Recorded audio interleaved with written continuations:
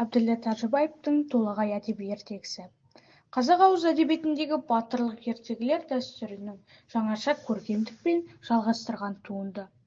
Ақын бұл шығармада қиял мен шындықты астастыра отырып, ел тағдыры үшін өзін құрбан ету идеясын биік деңгейге көтерді.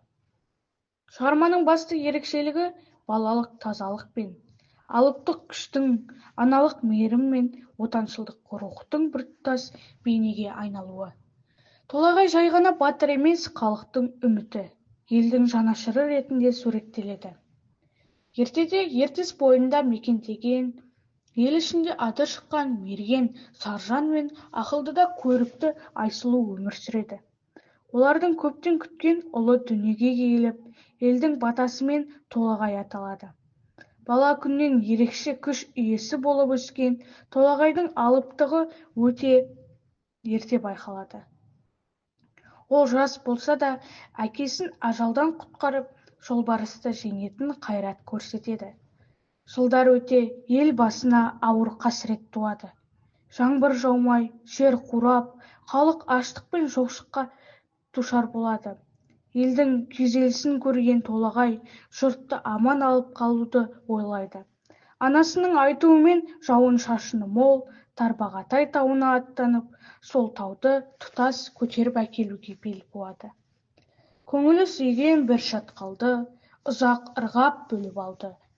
Өркештенген түйінінен басындағы қарын қоса, бауырындағы аңын қоса, шайқап бұлақ кең орманды күшпен әрең алды дағы, арқасына салды дағы, келген ізбен қайта оралды. Асқар тауды арқасына салып, келген жеріне қарай бет алған Толағай, жол азабына қарамай, бар күшін жұмсайды.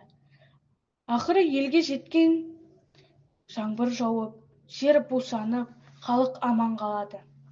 Алайда осы ұлы ерлікті өтеуі ретінде Толағай өзі жан тапсырады.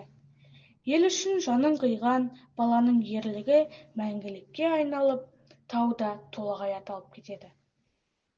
Толағай ертегісі елі үшін өмірін құрбан ету, ананың ақ сүті, перзенттің борышы, отанға деген шексіз махаббат жайлы терең философиялық шығарма. Ақын Толағай бейнесі арқылы халық мүддесі жеке басының тағдырынан биік екенін көрсетеді.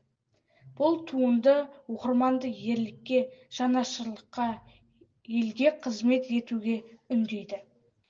Толағай уақыт өтсе де ұмытылмайтын, ұлт рухына асқақтататын мәңгілік бейне.